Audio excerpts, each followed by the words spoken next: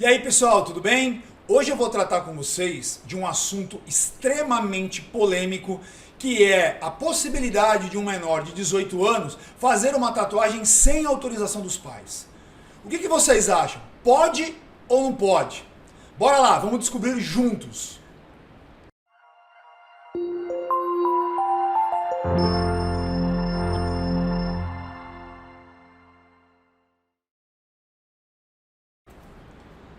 Bem, antes da gente iniciar aí a apresentação e a gente observar, vou trazer para vocês como os tribunais, alguns entendimentos a respeito disso. Eu vou pedir para vocês para curtirem aí o vídeo se gostarem, obviamente, para se inscreverem no canal, compartilharem esse vídeo e, sobretudo, comentem, porque assim eu tenho ideia se o conteúdo está agradando ou não e como é que eu posso balizar melhor isso. Deixe seus comentários aí que isso me ajuda bastante.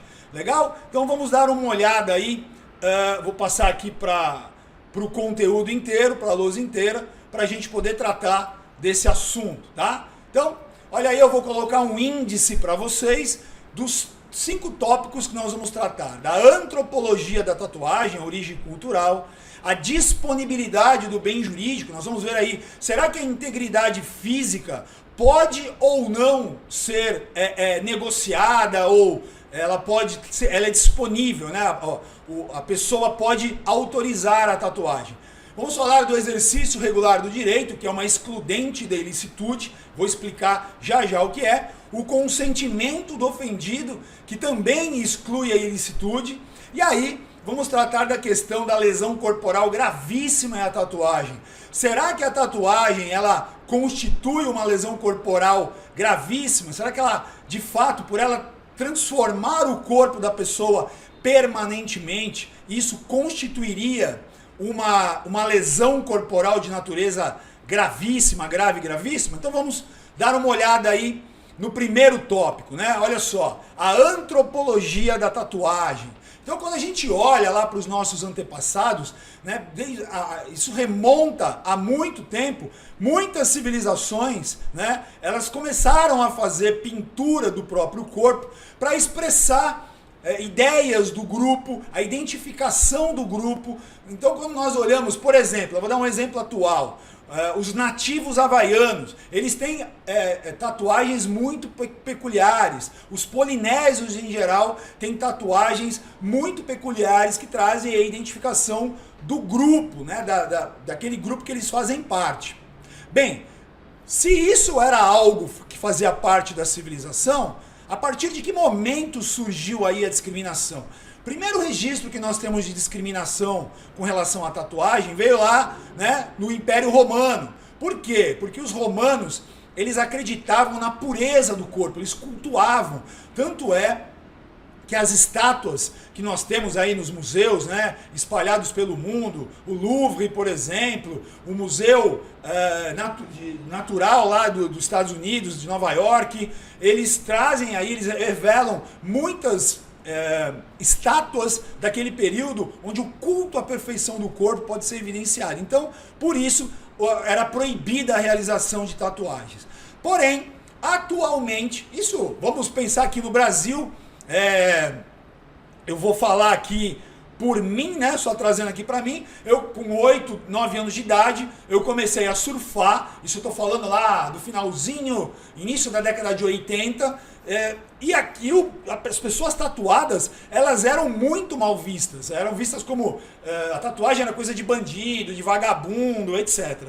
Hoje, né, em 2021, se nós olharmos na Praia de Santos, nas praias da região e no Brasil inteiro, principalmente regiões de praia, vai ser muito difícil encontrar alguém que não tenha uma tatuagem. Ou seja, houve uma modificação da visão da tatuagem, dos costumes, da moralidade. Então hoje se aceita a tatuagem como algo natural e até muitas vezes como um culto à beleza, aceitação no grupo, isso é até fomentado. Então eu estou trazendo essa questão pessoal para mostrar para vocês aí que hoje, né, com a modificação dos costumes, houve uma normalização, né, da colocação de desenhos no corpo, seja porque a pessoa ela quer registrar um momento muito importante da vida dela, homenagear alguém, homenagear um bichinho de estimação, enfim. A motivação, né, não entra aqui, a questão hoje é uma medida de aceitação social.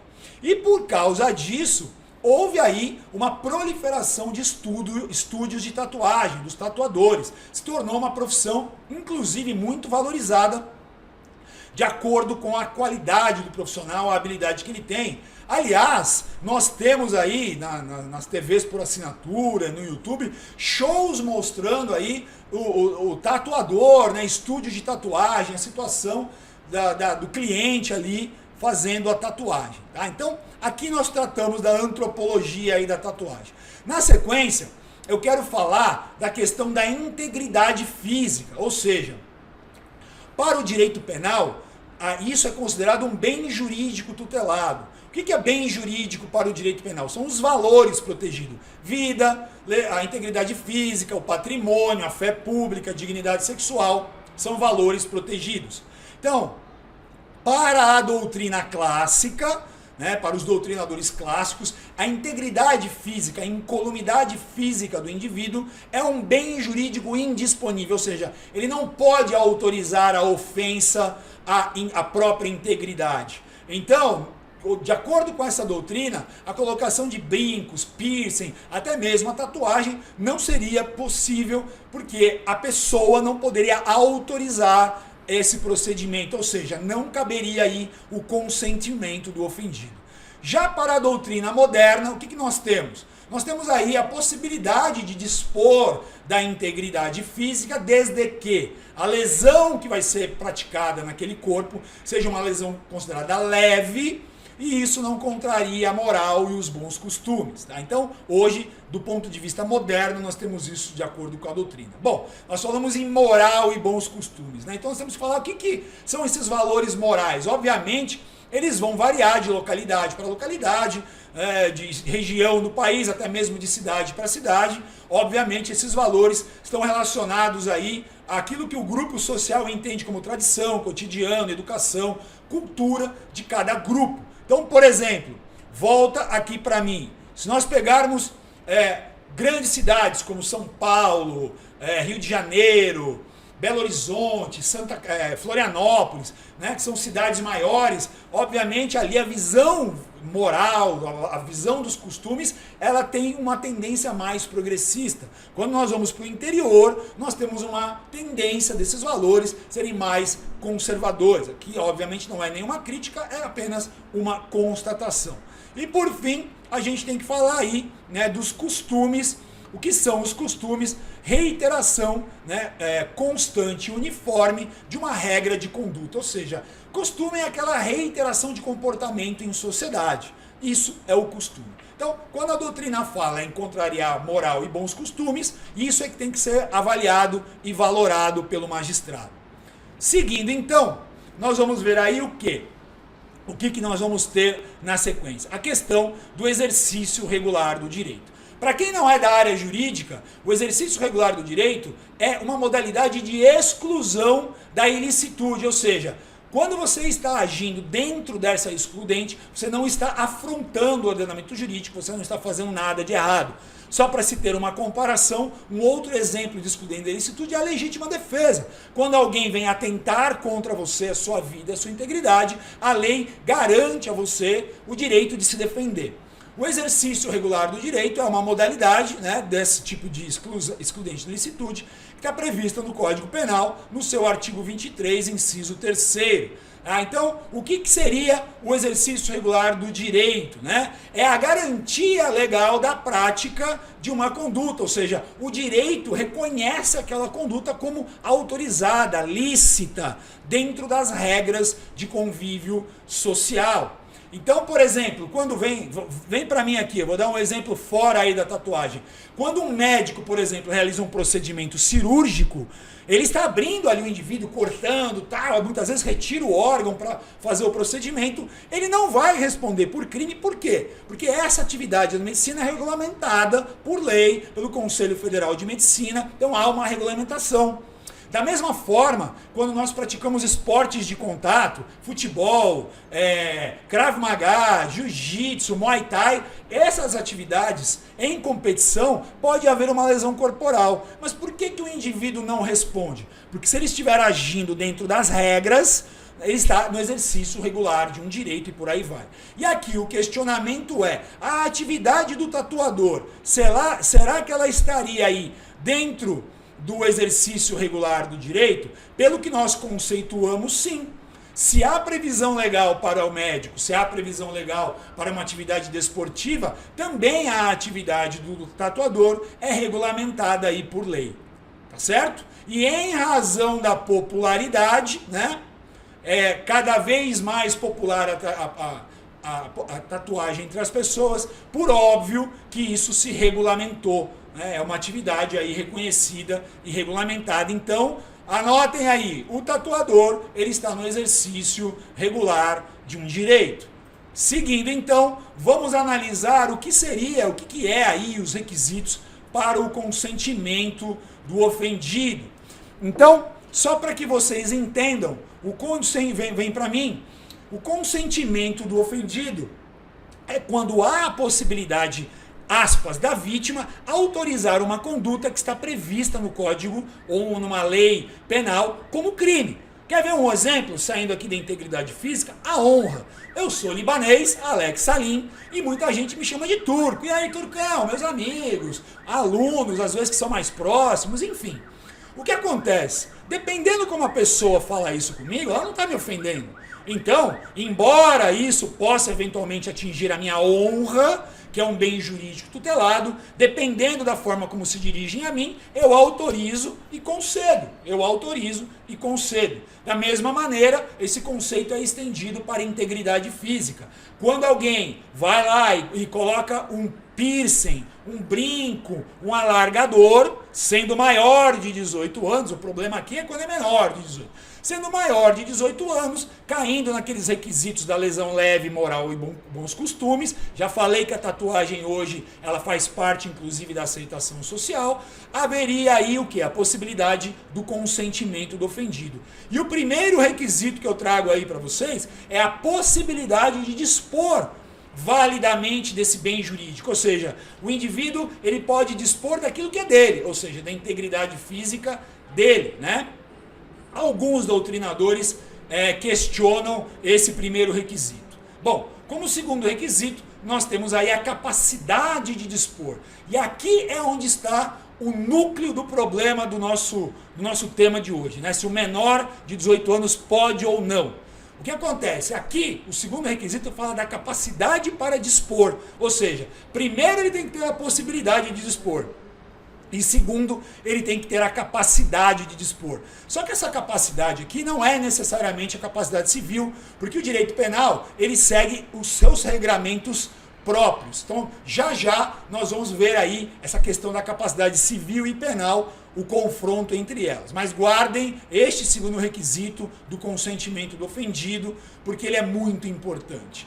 O terceiro requisito é que esta possibilidade de dispor com a sua capacidade não haja nenhum vício da vontade. Ou seja, que a pessoa não esteja, por exemplo, sob nenhum tipo de coação. Porque se houver vício na vontade do indivíduo, essa vontade está invalidada e o consentimento estará invalidado. Legal? E o quarto e último requisito é que a manifestação da vontade deve acontecer antes do procedimento. Isso é por óbvio, né? Eu não poderia aí consentir, a pessoa faz a tatuagem primeiro em mim, depois eu vou consentir. Não, o consentimento do ofendido em várias situações, seja crime contra a integridade física, crime contra a honra, crime contra a dignidade sexual, é um exemplo. Por exemplo, o que diferencia alguém que está sendo vítima de um estupro ou de um ato de carinho, afeto, de intimidade sexual? A distinção é o consentimento ofendido. Quando há consentimento mútuo, não há que se falar em crime, né, contra a dignidade sexual ou crime sexual. Agora, quando uma das partes não quer e a outra obriga, aí nós vamos ter o delito sexual. Então, aqui o consentimento de ofendido, ele pode ser aplicado para várias modalidades do crime, mas o que interessa para a gente é a integridade física. Tá?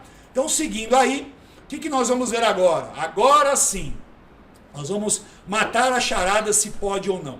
Eu vou comparar aqui com vocês dois julgados do Tribunal de Justiça Bandeirante, do Tribunal de Justiça do Estado de São Paulo, que é o maior estado da federação em termos de população, a base populacional do estado é de 45 milhões, o TJ julga milhares, o TJ de São Paulo julga milhares de processos todos os anos, então nós temos aí uma base de incidência de casos razoável para a gente entender a jurisprudência. Então vamos analisar o que a 9ª Câmara do Tribunal decidiu e depois o julgamento que nos interessa aqui, que é, para mim, um paradigma de visão de mundo aí, que é da 1ª Câmara Criminal. Então vamos dar uma olhada, o que entende a 9ª Câmara Criminal. Olha só, eu pincei um trecho dessa apelação aqui, na qual os desembargadores entenderam que a tatuagem, ela consiste sim numa lesão corporal de natureza grave. Por quê?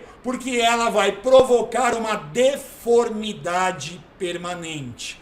E se ela causa uma deformidade permanente, ela então vai se encaixar no tipo penal do artigo 129, parágrafo 2º, que é da lesão corporal, né? E a necessidade, olha só, a necessidade de autorização emerge da própria incapacidade relativa da vítima. Então, neste caso aqui, a 9ª Câmara entendeu que a tatuagem em menores de 18 anos, por essa pessoa não ter a capacidade plena para consentir, para dar o seu consentimento do ofendido, isso constituiria a conduta de tatuar um menor de 18 anos sem autorização dos pais, constituiria crime. Então guardem aí essa visão da 9ª Câmara. Contudo, entretanto, todavia, recentemente, a 1ª Câmara do Tribunal de Justiça do Estado de São Paulo, ao julgar essa apelação, que está lá no acervo do tribunal, né, digital disponível, os desembargadores construíram outro entendimento, um entendimento bem diferente.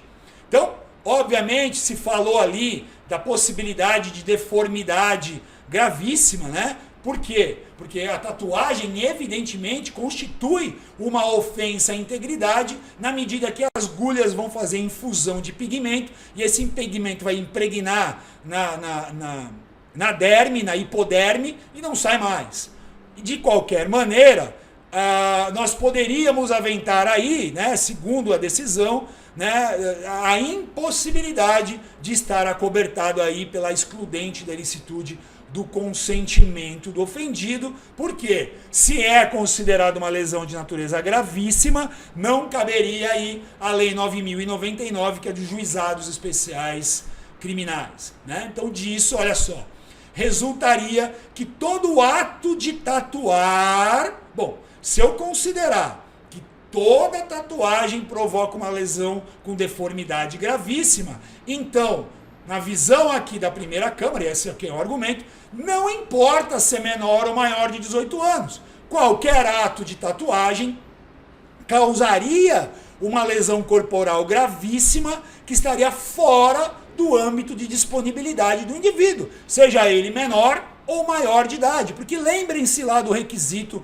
do consentimento do ofendido, que a lesão deveria ser leve, né? Então, se nós entendermos que a tatuagem leva a essa deformidade permanente e que isso constitui lesão corporal de natureza gravíssima, pouco importa se o indivíduo é maior ou menor de 18 anos, né? A tatuagem constituiria crime.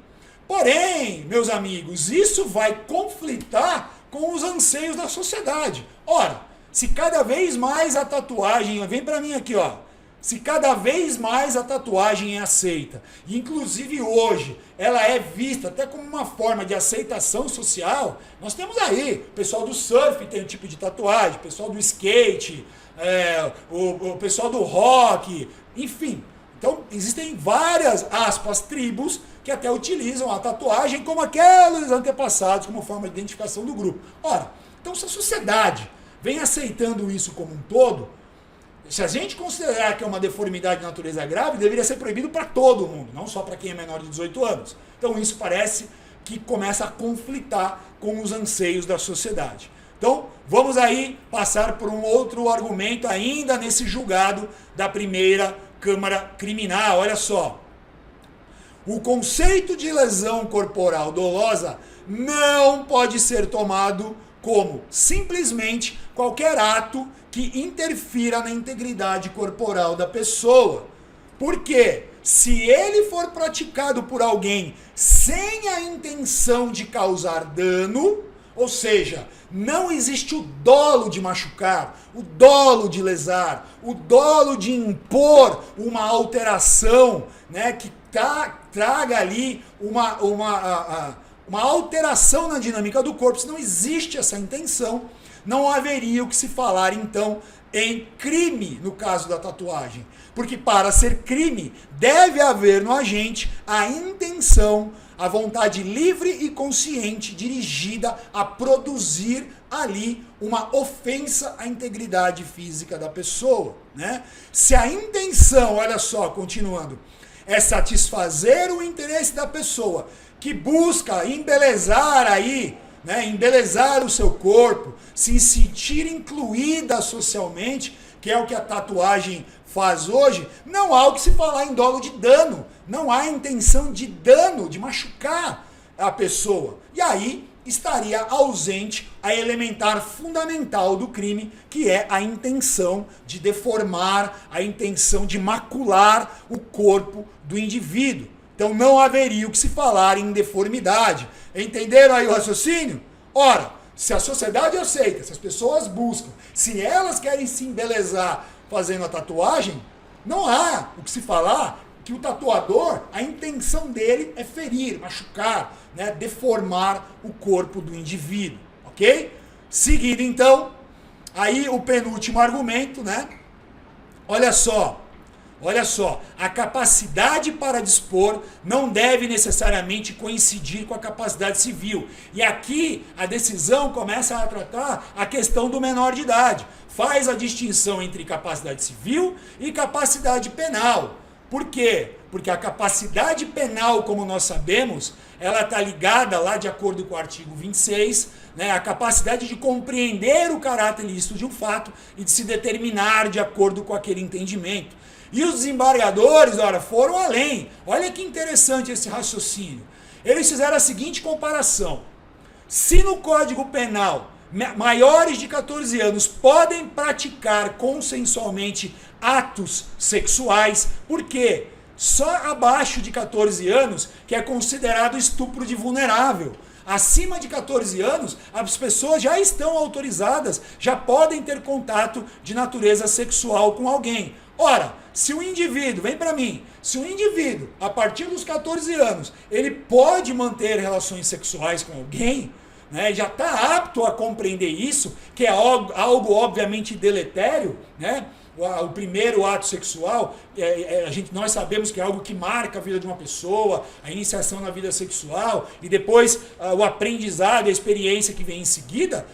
Por que ele não poderia consentir na prática de um desenho, de uma figura que hoje se entende que embeleza o corpo? Tá? Então a primeira parte do raciocínio aqui com relação aos menores de 18 anos. Tá? E aí, eu resumi aqui, né, a decisão, aliás, ela traz alguns pontos que eu procurei resumir para não ficar muito extenso. Olha só, a decisão ela trata da questão da debilidade mental leve, que esta lei, 13.146 de 2015, ela passou a entender que o indivíduo que tem uma debilidade mental leve, ele pode dispor da sua sexualidade.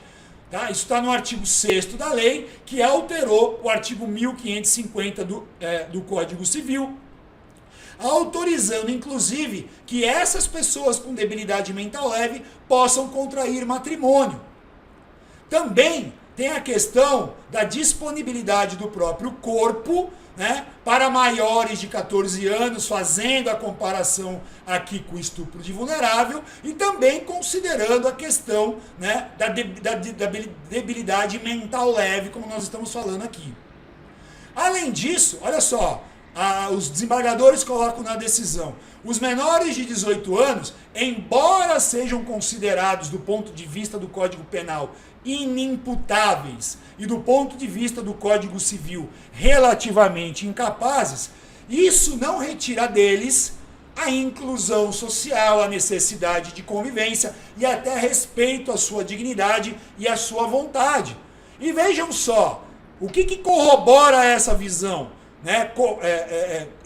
Confirma o próprio artigo 17 do Estatuto da Criança e do Adolescente. Esse artigo ele vai assegurar ali a autonomia dos menores de 14 anos, do adolescente, para dispor do seu corpo, para se inserir na sociedade, para ter o convívio social. Então, a gente conjugando todas essas visões, a Lei 13.146, o estupro de vulnerável, que a partir dos 14 anos autoriza aí o contato sexual dessas pessoas menores de 18 anos, e a questão, né, da inserção social garantida pelo artigo 17 do ECA, né, tomando todos esses critérios, a Câmara entendeu pela possibilidade, sim, de menores de 18 anos realizarem tatuagem. Embora exista uma lei aqui no estado de São Paulo, a Lei 9.828, que veda tatuagens em menores de 18 anos, essa lei ela só tem eficácia administrativa, pessoal. Ela não pode aí interferir no Código Penal, que é uma lei federal. Além disso, só o Congresso Nacional, de acordo com a Constituição Federal, tem o quê? Competência para analisar projetos de lei que alterem o Código Penal e o Código de Processo Penal. Bacana, pessoal? Gostaram aí? Então, olha só. O que a gente pode concluir, então? Perdão, vamos trazer aqui a lousa inteira, né? O que a gente pode concluir, então? Só para fazer o fechamento aí do nosso vídeo, né? Só para fazer aí o fechamento do nosso vídeo, o que a gente conclui? Existe aí uma decisão de uma Câmara do Tribunal dizendo que não pode, e uma recente que traz uma série de argumentos que me parecem muito interessantes e que essa decisão está muito mais formatada, adequada com a nova realidade social, com os costumes, né, com a aceitação e até mesmo, né, com o entendimento de que as pessoas querem se embelezar utilizando aí a tatuagem como um meio para isso. Bacana? Meus amigos, então se curtiram, assinalem aí no vídeo, compartilhem, comentem, se inscrevam no canal para dar uma força, reforçar e para a produção de novos vídeos. Bacana? Até uma próxima e um grande abraço a todos!